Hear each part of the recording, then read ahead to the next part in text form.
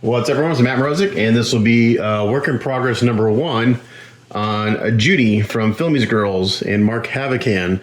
I just got this in the other day for a client, and he decided he wanted this piece next in his queue. I've got like 16 pieces here for him. So he decided, let's do Judy. I'm like, great, because I've been wanting to do her since I saw the sculpt. So I'm going to do this in a YouTube video series, and I'm also writing an article for Fine Scale Modeler. They're doing an issue later this year or early next year. I'm not sure when the issue comes out, on building figure kits, quote unquote award winning figure kits. I was asked to write an article this year at Wonderfest. Like, sure, I'd love to. So it's the first time I'll be writing for them. I haven't written an article in years. The last time I wrote an article for a publication was probably 10, 11 years ago. I did a write up on my 160th Sazabi. So flattered they asked me to do it. So they told me I could do what I want as long as it's tasteful, and this is a great piece for that. So I'm going to talk a little bit here before I get going, because I want to kind of explain what we're going to do to this piece. I just did an unboxing and review a couple days ago. I'll put a link to that down below, so that'll be part of this series. But Anya Shantanina did the artist proof / prototype paint up, and it was beautifully done. And then, like I mentioned in my review, Randy Van Dyke had a copy painted up in the contest. And when he did a couple different things, he added lights to the back to the scooter, and he raised he split the base, so the base is actually levitated. I probably won't do that just to save space for my client, but I am going to light the taillights up because I think it's a really cool addition to the piece, and it's relatively simple to do. I am going to do some surgery to the kit to make it more painter friendly. As I was doing my unboxing and looking at the kit, there's a few things engineering wise that could be improved, I think, on the kit, just to make it easier to paint. And Randy was showing me photos of his, I asked him like for pointers on the lights, and he was sending me photos of his build-up. I was like, wait a second, yours is keyed differently than mine. He's like, yeah, I cut her apart and did some rekeying. So I'm going to describe that here in a minute. So I'll pause every once in a while because I have to take photos for the Fine Scale Modeler magazine article, and I'm going to do that with my DSLR, not my cell phone, just so they're higher quality photos. So I already did an unboxing and review, so go back and watch that video.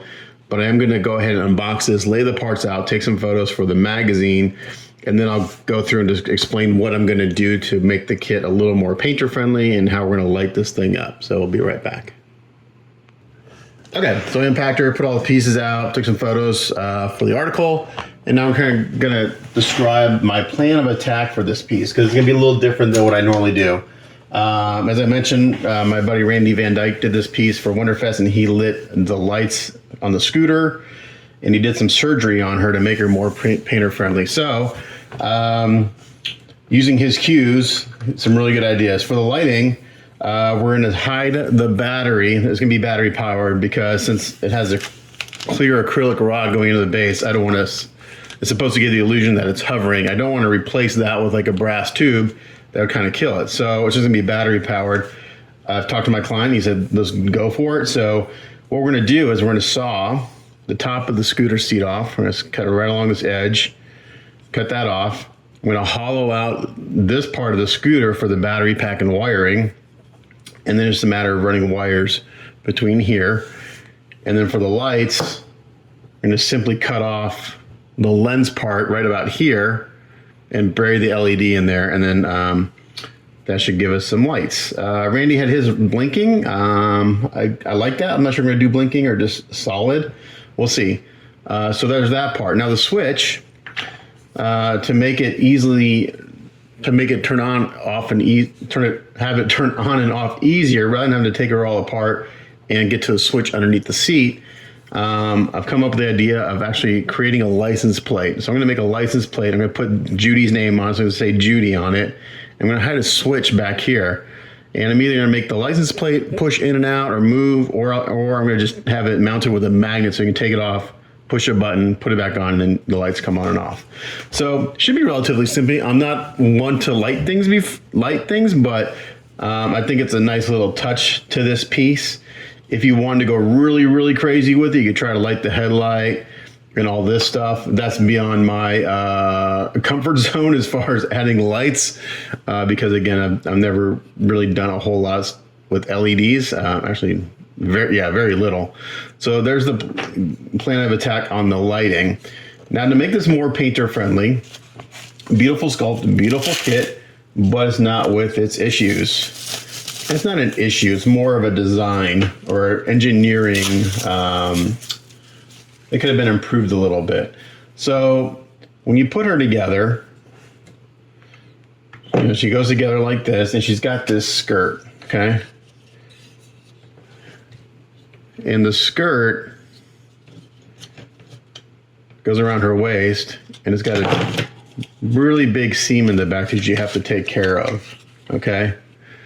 So if I were to put her all together and then try to do the skirt and fix that seam, you have one problem is that once she's together, you can't get paint up underneath her skirt to paint her, they're not panties, but her, I guess her, whatever, her bottoms. You can't paint her bottoms once the skirt is on. You can't get in there and mask, okay? So that's like a major pain in the ass. You just can't, it's a pain in the ass to paint her ass with the skirt on.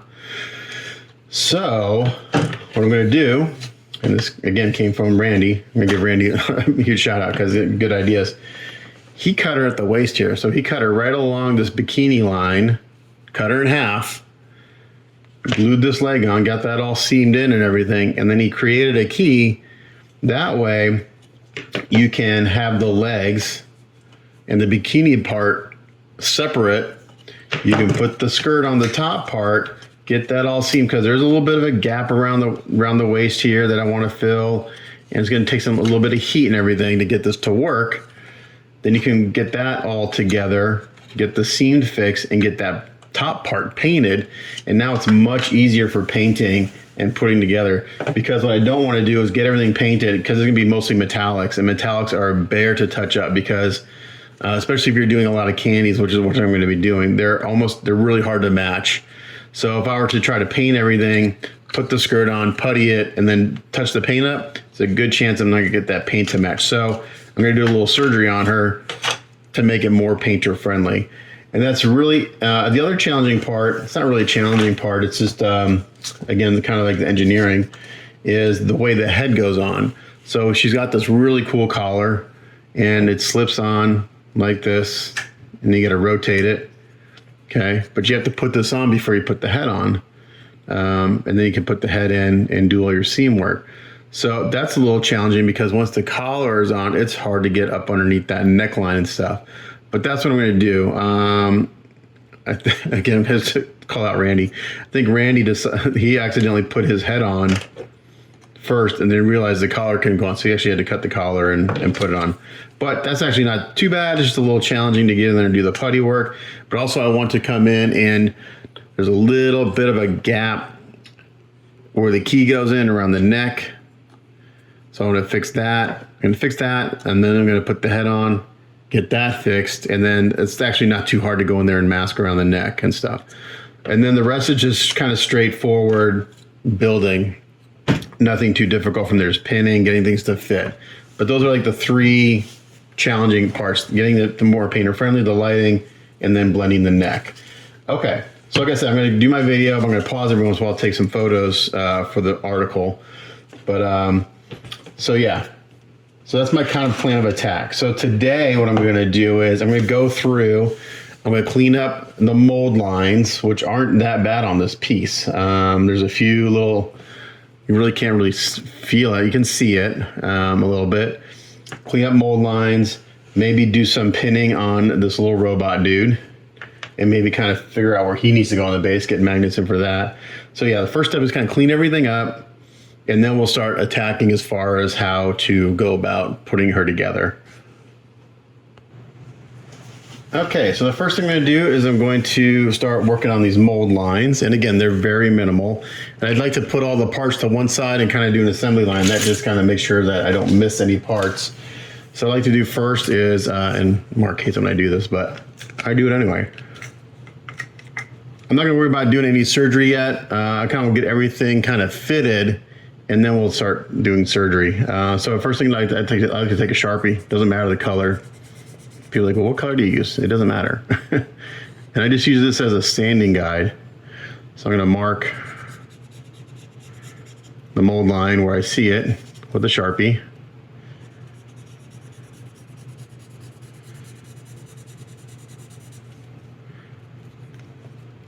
And they put the mold line right through here, so I don't need to clean that up because I don't see it.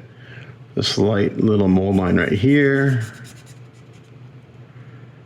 And a little bit underneath the lens right there. So right here, this little detail ring got filled in with a little resin sludge, so we're going to go and rescribe that.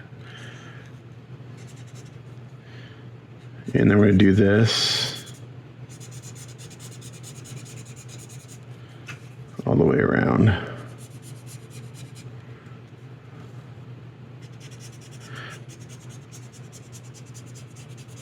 I'm not too worried about the seat right now because that's going to we're going to do surgery on that. But we're going to go ahead and mark it anyway. Because I'll have to do, once I cut the seat off, I will have to do some putty work and stuff to kind of get things to fit again. So it'll be a little extra work, but I think it'll be kind of cool. So that's what we do. I like to mark the mold line with a Sharpie. And that's going to act as my sanding guide. So another thing I do with a Sharpie is I go around and I look at these parts real close, and I see any little surface imperfections, I give it a little mark. And sometimes it looks very, it can be a little jarring with how many marks I put on something, but it's just really going in there and making sure I get as much of the imperfections out as possible. So yeah, sometimes it looks like there's marks everywhere, but it just lets me know that I have to concentrate on that specific area a little bit more. Because again, I want this super, super smooth because there's going to be some skin showing, and then her suit's like metallics. So I'll go through and I mark all the spots. And I really do this with the girl kits mostly because I want them as smooth as possible. So I just kind of use it as a guide, and it just kind of lets me know, okay, I need to concentrate on that spot a little bit more. So I go through and mark all those areas. Okay, so here are all the pieces with everything marked. It's not as bad as it looks. It's always kind of jarring when you see all the Sharpie and stuff. But again, I just go through and I mark the mold lines. And again, the mold lines, I can't feel them, but I can kind of see the discoloration of the resin. So I just go through and mark them anyway. Here's all the sanding stuff I'll be using. So since it's mostly curved surfaces, I won't be using a lot of hard sanding sticks.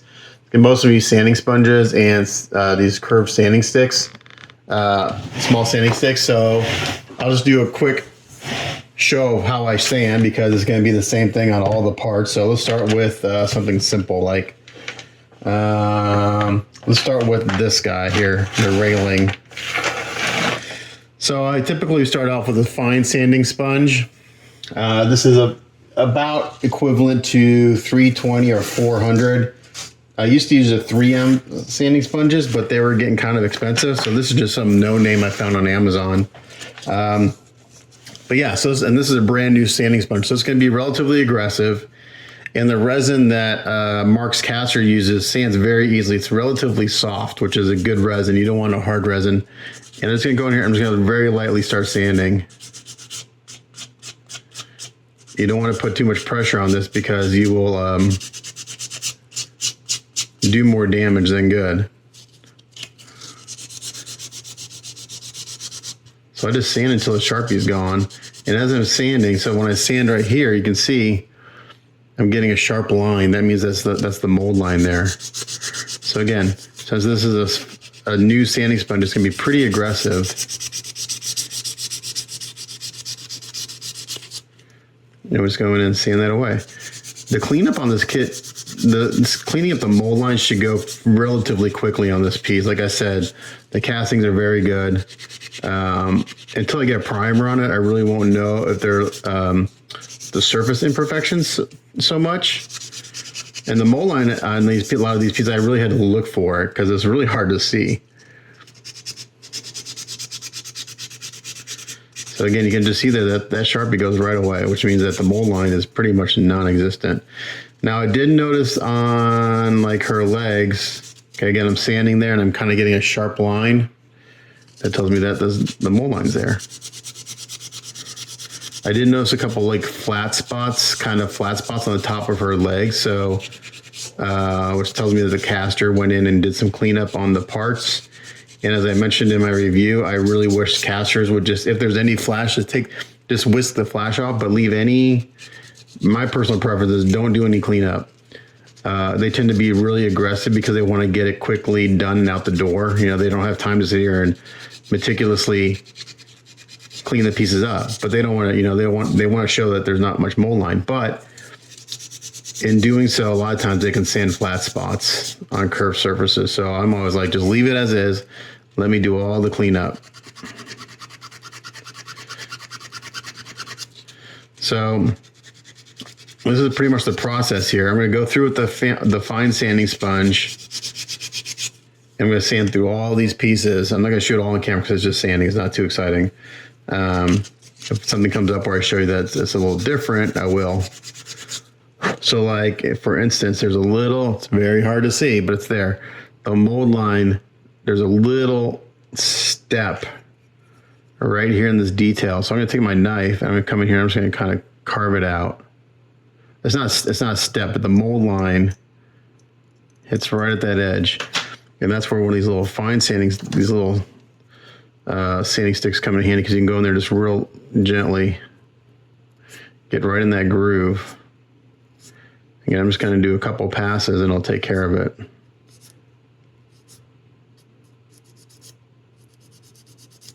Okay. So since this is for the How to Build Award-Winning Figures article, it's little stuff like that when you go put your pieces into a contest, if the judges know what they're looking for, it's little stuff like that that's going to make a difference between, and I'm going to reference back to Wonderfest because that's the contest I go to. So you can win a merit, a bronze, a silver, or a gold, or not win anything. So that little imperfection right there can mean the difference between getting a silver and a gold, if they see it. Okay, so it's really important to get that little stuff out. So now right here, I got a little, you can see the little two dots. I'm not going to try to sand that out because I'm going to do a little bit of putty work there. There's a couple little pinholes. I'll do a little bit of spot putty on those because they're a little too deep to sand. I'll lose some detail in that railing. So again, right here, where I can't get that sanding sponge in, I'm going to come in here with the sanding stick and just get in here real tight and just do a couple swipes to get rid of that mold line. I'm not going back and forth because I'll create a groove. Then I come back in here with this and sand again. I'm going a little slower here than I normally would since I'm on camera trying to explain what I'm doing. Again, this resin is really, really good. I don't know who Mark's caster is, but the resin he uses is some of the best quality resin I've worked with. It's very easy to sand. It takes heat well if you need to bend something. Again, so this railing, this little detail, it's got a very, very slight misalignment just from the mold. So I'm gonna come in here and it's like minuscule. I'm gonna turn this on the side. I'm gonna just kind of take care of that.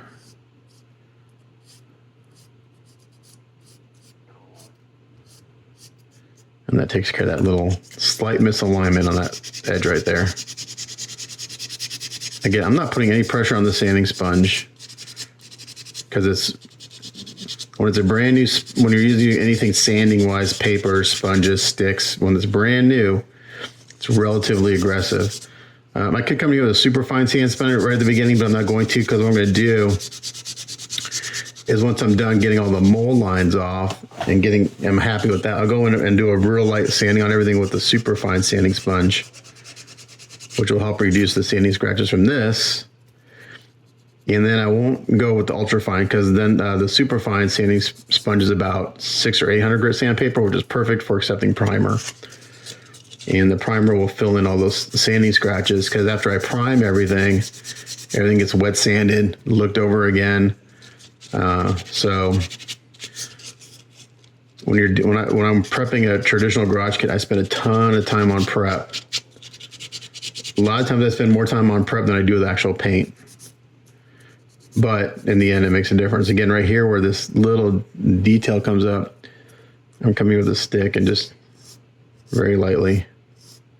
I don't know what the grits these are. They're just colored. I just know like this one's like, I can just tell by the feel this is the coarsest. Yellow's like crazy. This is like this color right here, this aqua's kind of like my favorite. This feels like about a 240 or 220, which is perfect for this kind of stuff. I can feel it, that's probably the grit, like 220, 240, somewhere in there. Again, and since this is a curved surface, I'm rotating it as I sand. I'm not just sitting here going back and forth. I don't want to sand a flat spot. So not only do I sand where the Sharpie is, but I sand past it a little bit.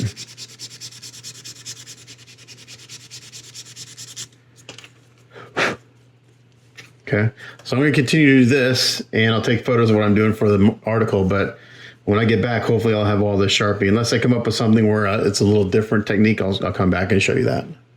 Okay, so it took a little while, but I finally got this piece cleaned up. This one took probably maybe the longest out of all of them, because I had to go through and just make sure that I got all the mold line off, especially around like these bottom little cleats. There's some mold lines that are a little tricky to get out, but I got this one piece pretty much cleaned up. Now when I go throw the primer on, I'll probably, like, I see a couple little pinholes here and there that'll pop out, but for the most part, this piece is cleaned up. So this one took a little while, but I'm gonna continue with the rest of it, and then we'll come back when it's done, and we'll go from there. All right, so as I go along here, so on this part, I'm gonna show you kind of what I like to do on when I got something a small area that's flat. So here I got a mold line here, and I'm just gonna take a brand new blade. Brand new X-Acto blade. I already did it on this facade. I'm going to go on this facade here, and I'm just going to scrape across the surface, keep my blade flat. And I do this on Gundams like 90% of the time when I'm doing flat surfaces. And I'm just going to come here and I'm going to scrape until that mold line is gone. And luckily there's no details on this part, so I can be relatively aggressive and not lose any details. You can see that mold line is gone now. Got a little bit right here.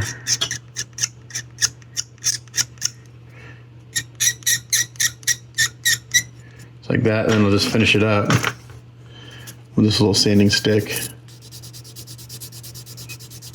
But that just ensures that my surface is completely flat.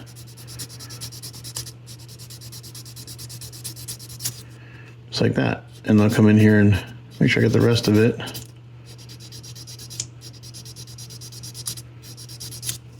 And there you go. That's how I take care of flat surfaces with the mold line.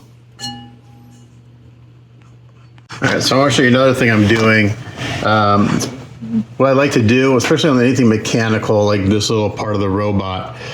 So there's where I just took that paneling off. It's like a raised panel. So what I want to do is I want to define this a little bit more, because it gets a little soft in places. So I'm just taking my blade, just going real carefully.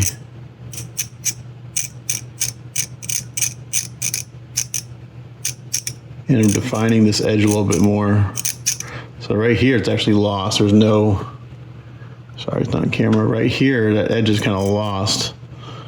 So I'm gonna bring that back. Let me see if I can lock my focus, because I just wanted to go to the background. Come on, focus on my hand. There we go, let's lock focus. Sorry, I got an optivisor on, so I was banging my lights. So, like right here, where that's lost a little bit, and try to bring it back.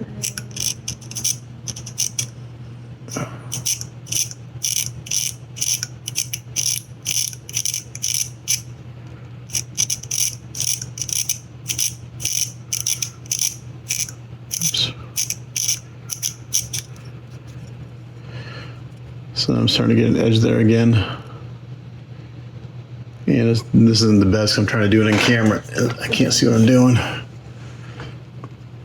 But basically I want to bring this edge, I'm going to kind of take my blade and just push down right there. Give me a bit of a guide where I need to go to. Get this in the light where I can see.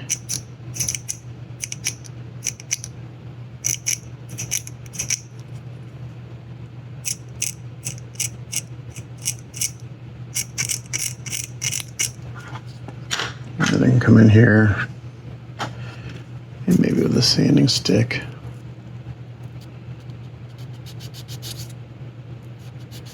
Clean that up a little bit. So I'm just trying to redefine this edge right here because I kind of got lost in the molding and casting. So I'm going to do that. And also another thing I did is on her foot here, one of my favorite scribing tools is I take an X-Acto blade and I break the tip off. And I'm just going in and I'm just cleaning up any little lines like this in the boot. Just kind of going back and redefining these a little bit. It's a pretty quick step, but it just sharpens these up later. And it makes a big difference because by the time I do all the priming and painting and sanding and everything, these will get filled in quite a bit. So I want to make sure I got enough detail. So I'm just kind of rescribing those areas and around the boot. I'll do that on the whole kit.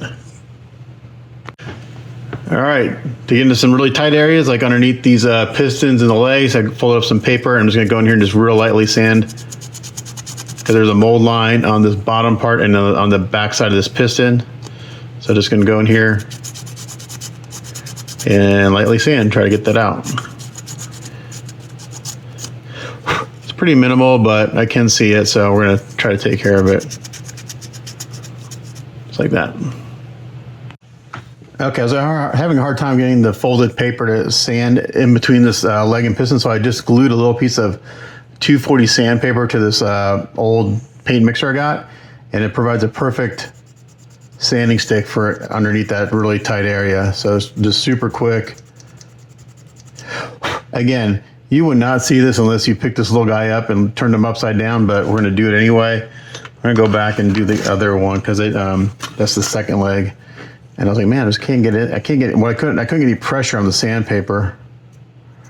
And this leg's a little tighter, so I may not be able to get in there. Because this leg's bent a little bit more, so the piston is closer to that part of the leg. So we'll see if I can get it in there. Yeah, so just a little trick. You can just make your own sanding sticks. Okay, so I went through and got everything sanded and cleaned up. With the first round of cleanup, went pretty good, a little longer than a typical Filmy's Girls kit, just because there's a lot of parts. There's like 30 pieces here, so it took a little bit longer than normal. So what I'm going to do now is I'm going to do some initial pinning. I want to kind of get the base put together so I can kind of maybe put the bike on and kind of work on getting her positioned a little bit. I think what we're going to do today, I think today's goal is to kind of get the base pinned. I want to get the robot put together and kind of get him situated on the base. So I'm going to do some dry fitting and stuff. Because once I get that done, that's when I'm gonna start doing surgery on her, because since I'm gonna kind of cut her apart a little bit, there'll be some realignment things I'll have to do. So right now, even though this base is pretty sturdy and it's got a nice key in there, I'm gonna go ahead and drill a hole and put a pin in it, and it's gonna get glued together eventually. Now on the bottom here, there's a sticker and Mark's signature. So I'm gonna drill through it anyway because I don't care. Let's see what we're gonna use for a rod. We're going to, I just got some new rod in just came in. And let's see, what's the biggest size I have that just came in. Okay, I just want something that will kind of hold it together. I just got this off Amazon. What is this? 1/4 inch, that's perfect. I don't know if I can cut this. What did I have last time when I was using that was 1/2 inch. What's that 1/4 inch? Okay. I don't know if I can cut this with my big cutters. 1/4 inch may be overkill, we'll see. Again, I just need something to kind of hold it together.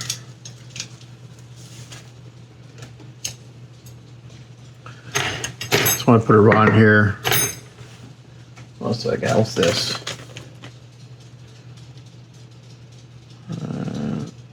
I had no idea. It's not marked. This should be 5/32, I think. That should be enough. I just want something to hold the base together while I kind of work on her. Let's put that to the side. I'll pause and come back. Okay. Like I said, I probably don't need this pin, really, but I just want it for stability a little bit. So I'm gonna go and just drill through the center here.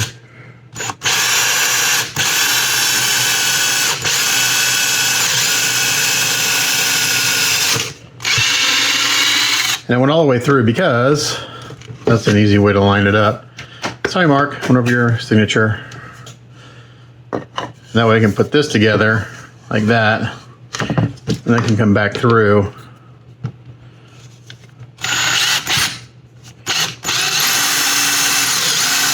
Now this, I don't want to go all the way through the top. I don't want to drill through the top of the base. But now my pin is exactly where it needs to be.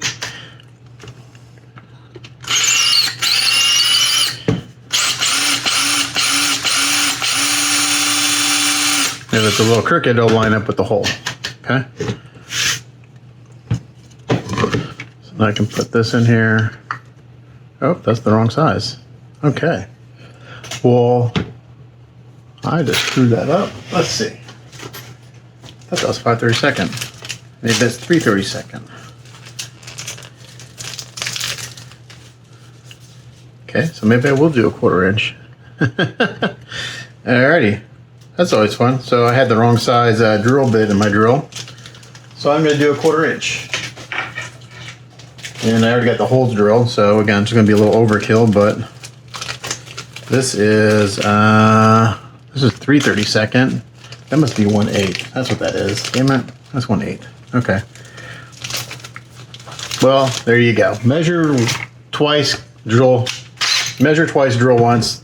And I'm Polish, so I didn't do that. So we're going to switch to a 1/4 inch drill bit.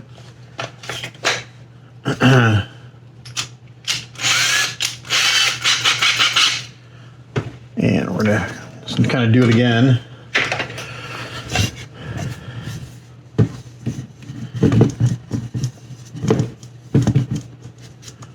So not the end of the world, but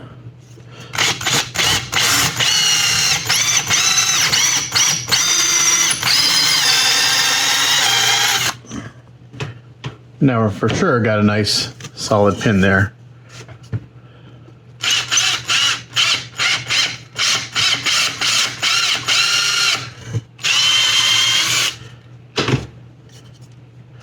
Okay, so this I'll have to cut with my Dremel because my cutter won't cut the cutter, or the hand cutter I have won't cut this.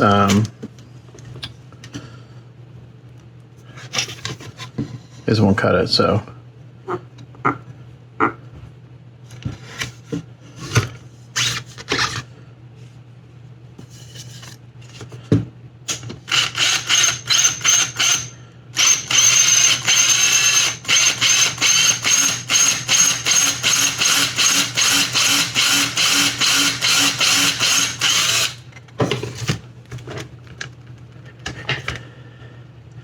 What I'm going to do is I'm going to glue it to the top here, I think. Yeah, we'll glue it to the top. Just going to mark it. It doesn't have to go crazy far into the bottom. Somewhere like up in here. Like so. I'll cut that and then I'll glue it, and then we'll have a pin in the base. I'll be back. Okay, so I got top and bottom pinned together, and I can take them apart. This is a trick I'm having to remember to go back and take photos of stuff with my DSLR for the article. So now I'm gonna get this railing figured out, and it doesn't fit right now because it needs just needs some heat. So we're gonna heat this up a little bit with the hair dryer.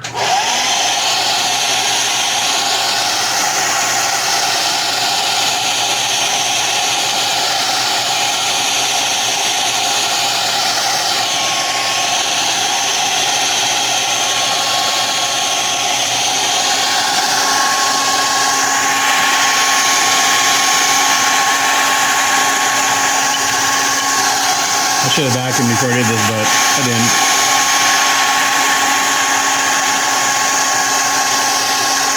Shouldn't take too much to make this pliable. Okay, now it's got a little more flex to it. I'm going to put these two parts in and just kind of let this cool for a second.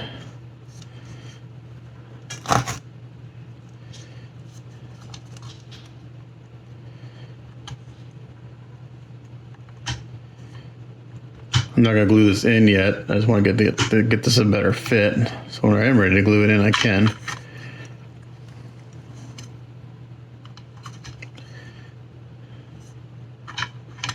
It's a little bit better. It's got a little bit of memory to it, so I want to spring back.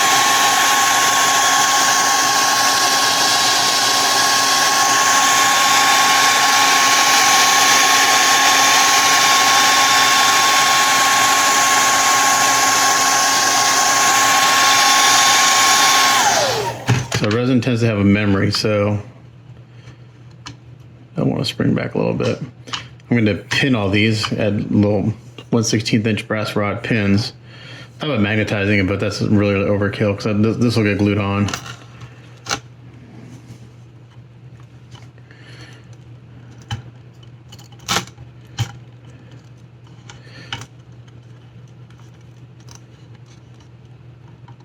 So I think we're going to go ahead and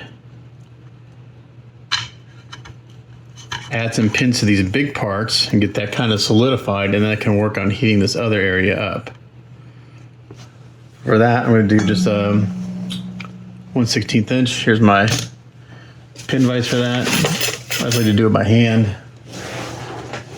And 1/16 inch brass rod. Get that out. And we're going to, I don't have a lot of meat to work with here on the base. I'm gonna go ahead and throw a pin right here. These don't have to be long.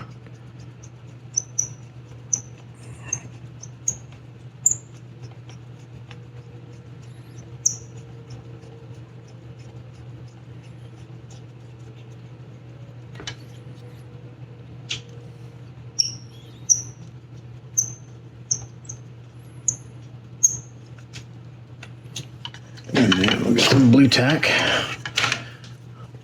I'm gonna do this one on camera and then I'll do the rest off and take some photos for the article I'm doing. It's good to warm it up a little bit. If it's not sticking, usually means that there's mold release on the base or whatever you're trying to stick it to.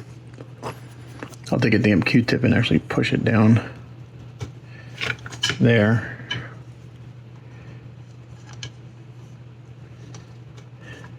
Okay. Now I've got a little blue tack peg, and I'm gonna come in.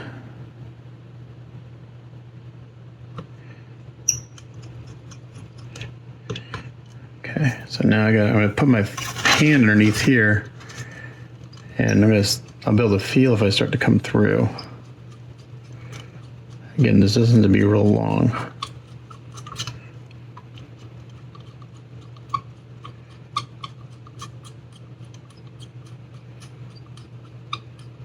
This is the type of resin that as you're drilling if you're doing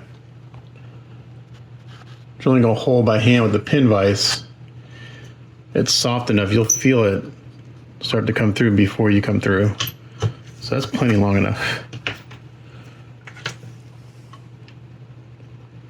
There, and I've got a particular set of cutters I use. These are just shoddy.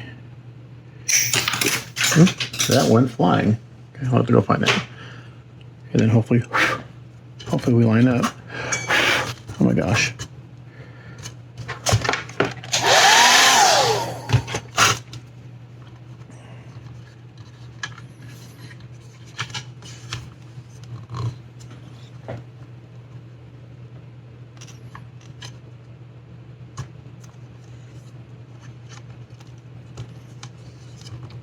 Okay.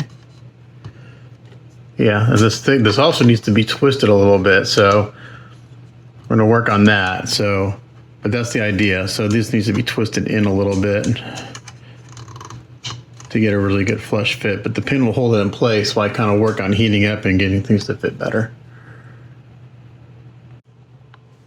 Okay, so I got those two main parts pinned and they're looking pretty good.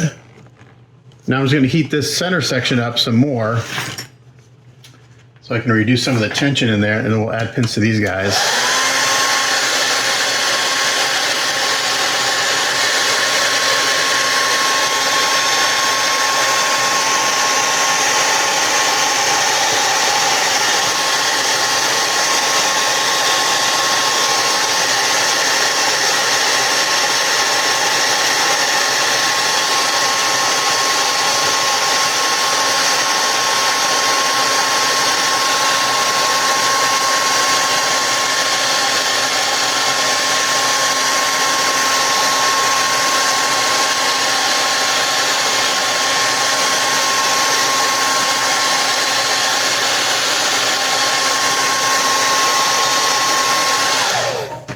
This thing's got a twist in it, so I'm gonna see if I can't get that to untwist.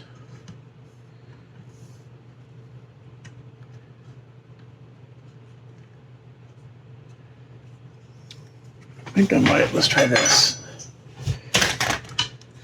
I got a bunch of these little clamps. I should put a clamp on this because it's a curved surface. We'll see.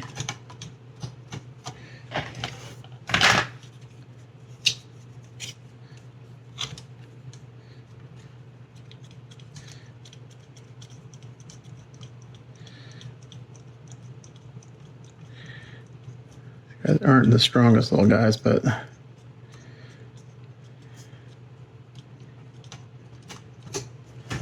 see if we can't get this to.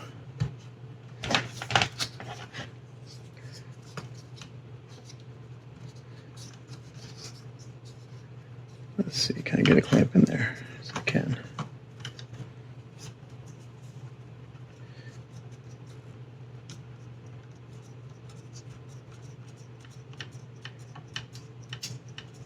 I'm going to clamp this down and then I'm going to heat it up. And then heat it really, really good.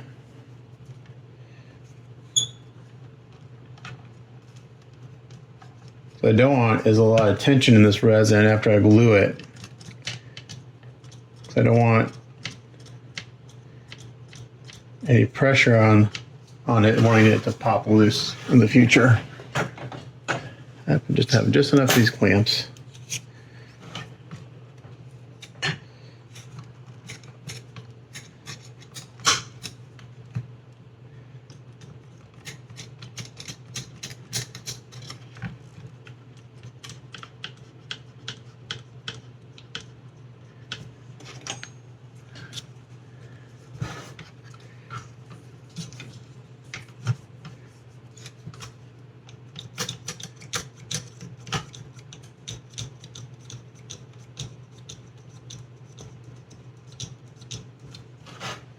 Okay.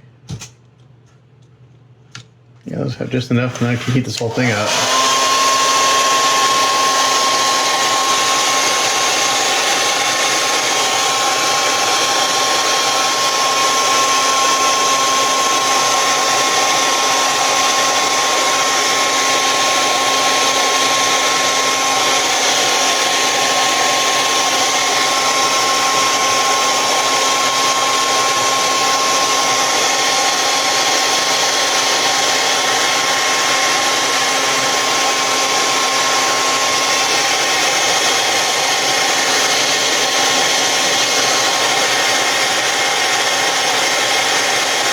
Concentrating the heat really kind of on these joints right here to try to get it to, it's got to get the twist out of it.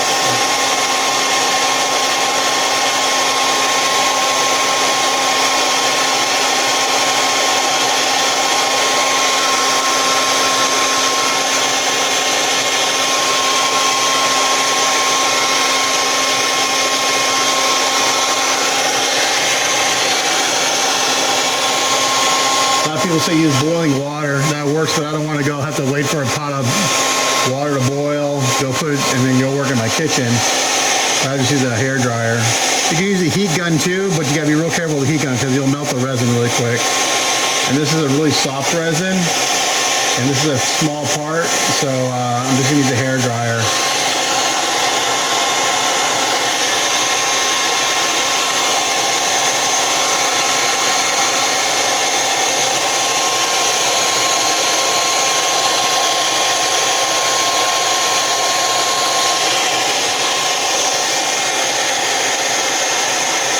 And I'll leave this plant and let it cool for 15-20 minutes. And it might spring back a little bit, but there won't be nearly as much pressure or tension on it.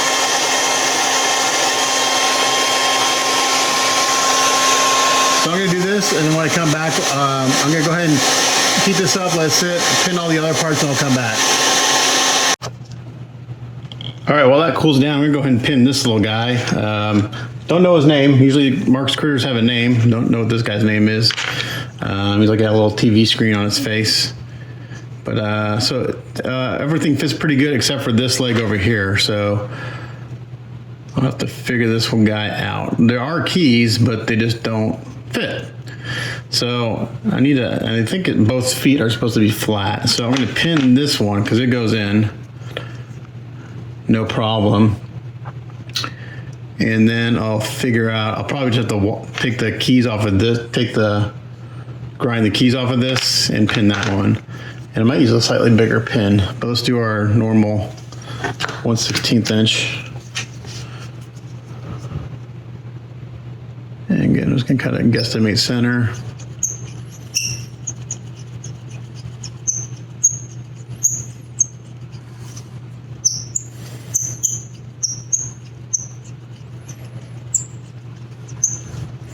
And I use the tip of my finger to see how far I've gone in a lot of times.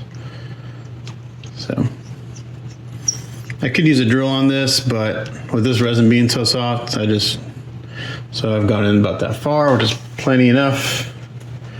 I'm gonna go ahead and do my blue tack trick.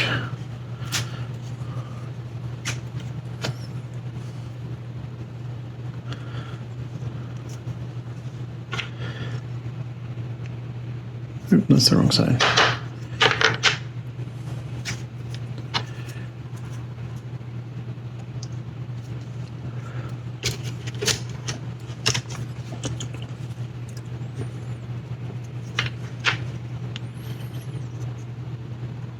We got a little push. We got a little peg there. Blue tack. Nice thing about the 1/16 inch brass rod, like the 3/32, it's got some flex to it, so if your pins are off a little bit, you can just bend the pin.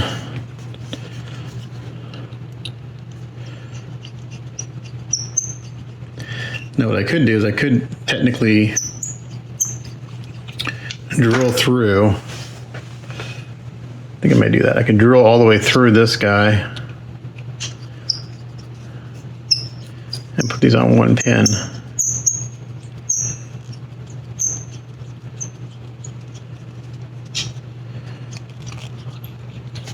if we can do that. So I'm gonna kind of guesstimate center here.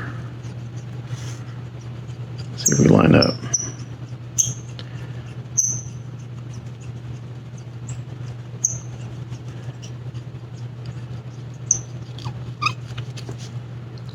Nope, we're gonna line up. Nope, I did line up. Look at that. Okay, so now I've just gone all the way through, and I can put one pin for both feet. Okay, so we know that guy goes like that. And this guy is gonna have to go like this.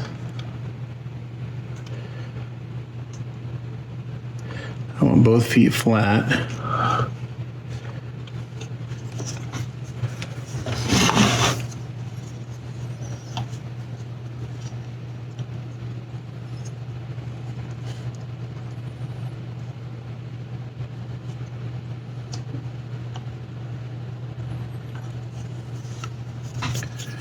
So I'm going to do, I think I'm just going to lose, I don't want to glue this together. I want to be able to take them apart for painting.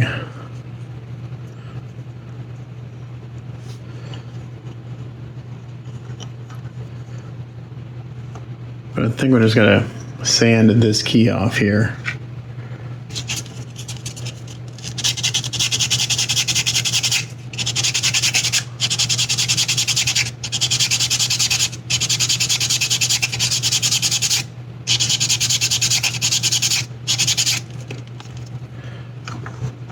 It goes in now.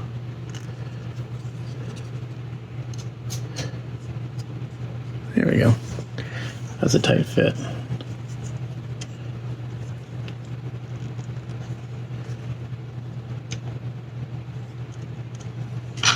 I can adjust this feet a little bit so they're both flat.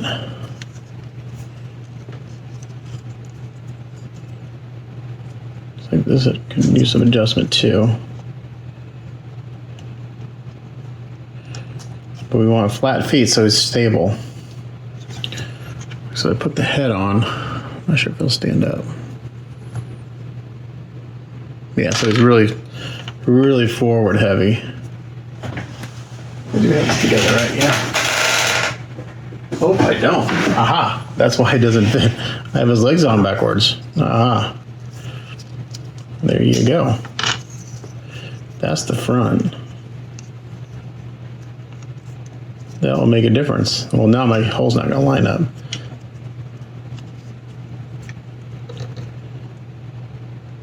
But we can fix that. Okay. Sometimes I just wonder about myself. Okay, so he is kind of still wobbly.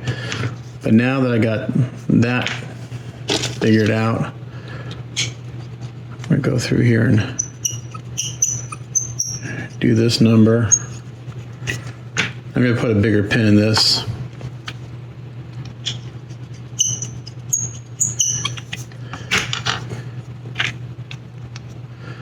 I was like, surely that would fit better. And it's just because I'm not very smart.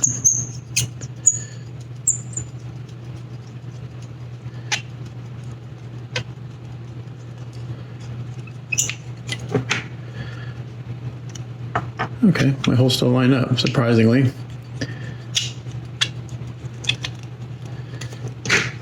At least good enough.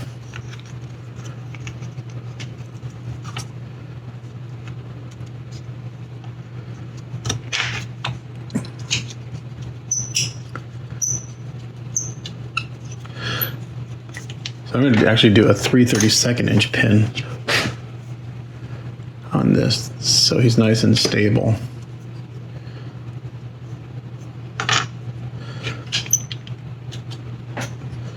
I'm going to do this. I'm going to take it all apart and then take some photos of me doing this on my other camera. So I'm going to hold this leg in place while I go through.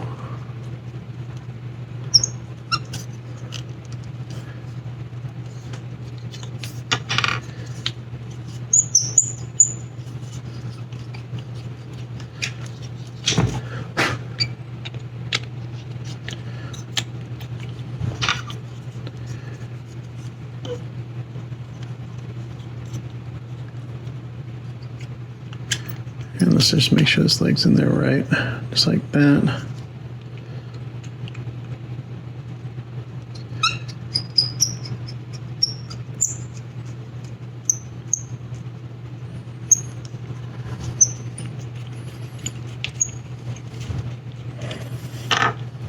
Okay.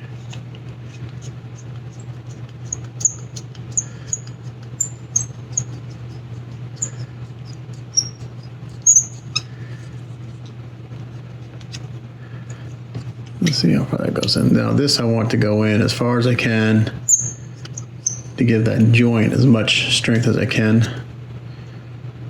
So that's pretty good. That goes just past the key, which is what I want. I'm going to do the same thing with this one. Put the leg in. Make sure it's lined up. Come back the other way.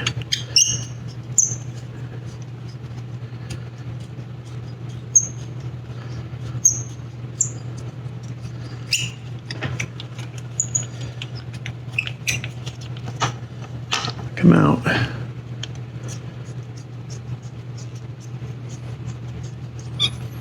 Check my depth.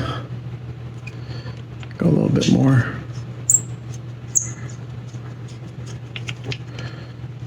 Okay. Alrighty, so that's how we're gonna do that. I'll put a pin in this, and then we'll be able to put him together, put the legs together pretty easily. And then we'll just go ahead and get the head put in. Now, okay, his head is actually turned.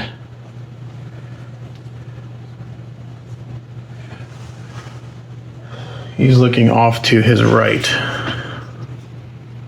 Yeah. Okay. Sometimes it helps if you look at the reference. So for this, I'm going to do the same thing. I'm going to do a kind of guesstimate center.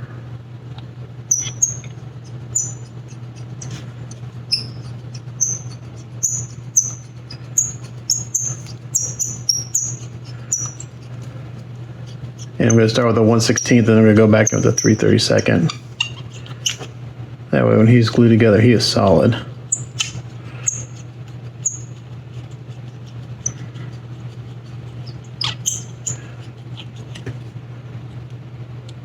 All right, so I'm going to do that, and then I'll come back. Okay, so I got this little guy all pinned together. What I did is after I got the legs on, I went ahead and pinned the head, and I just used a 1/16 inch brass rocks. My holes didn't line up exactly, so I was able to bend the pin and get it in there to work. So that's going to hold it just fine and give it a good squeeze with some epoxy, and that ain't coming apart. I went ahead and sanded off these two pegs on the side of the head. They were the pegs that hold the radar dish in place. I want something a little more sturdy, so I sanded those off and added a 1/16 inch brass rod, and I'll epoxy that on, and now those have got some better stability. I ended up going through the back just a hair, but I'll sand that down, no problem. So this little guy's pinned, and he stands up pretty good, pretty stable.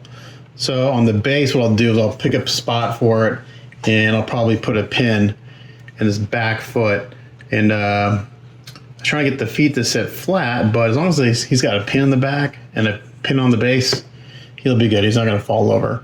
So let's unclamp the railing and see how that did.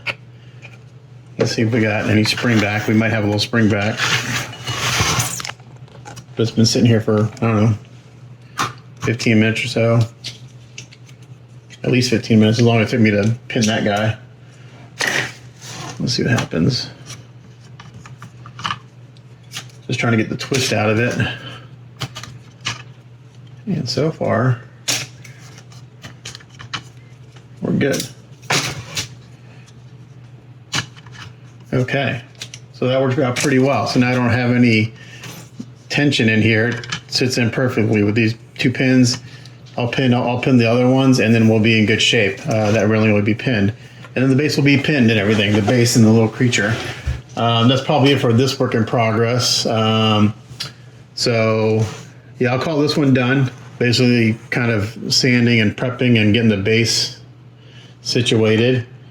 But yeah, it's pretty good progress today.